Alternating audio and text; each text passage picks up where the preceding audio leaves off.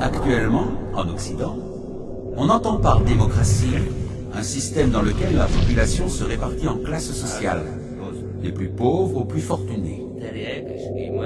Le peuple désigne tous les 5 ans environ ses représentants issus des partis politiques pour le gouverner et voter les lois.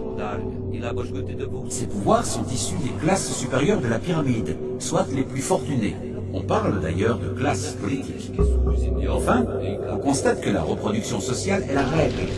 Autrement dit, qu'il s'agisse des pauvres comme des riches, la grande majorité reste toute sa vie dans la même catégorie sociale, qui était déjà celle de ses parents et qui sera celle de ses enfants.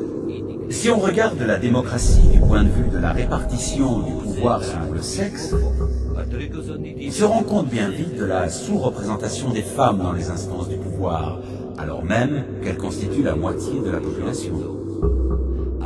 En observant la couleur de la peau, on se rend compte également que la pyramide est proportionnellement plus blanche à son sommet qu'à sa base dans la plupart des démocraties. On parle de démocratie, mais l'essentiel du système ne comprend aucune démocratie. C'est le cas notamment du monde du travail et de l'entreprise, dominé par le principe hiérarchique. Et la plupart des domaines de la vie, l'énergie, le transport, l'école, les services publics, la finance.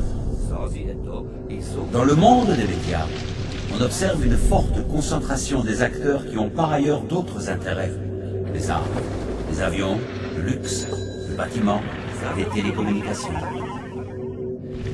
La plupart des journalistes qui font l'opinion vivent dans les classes aisées et l'on peut penser qu'ils auront tendance à défendre, même inconsciemment, les intérêts de leur catégorie d'appartenance.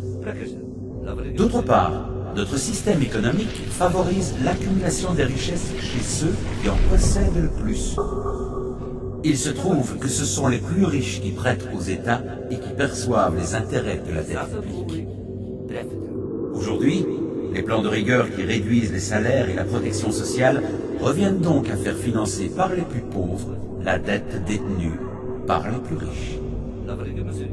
Si on élargit la perspective, on se rend compte qu'une idéologie politique et économique est imposée aux populations par des lobbies financiers, industriels, qui ne font que défendre leurs intérêts en dehors de tout processus démocratique.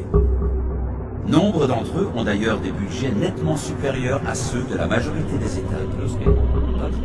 Ils influencent les décisions politiques, les lois, et parfois même financent des partis politiques.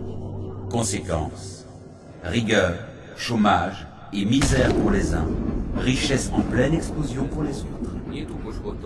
Preuve en est, l'endettement de tous les États du monde est égal aux actifs de seulement 10 banques.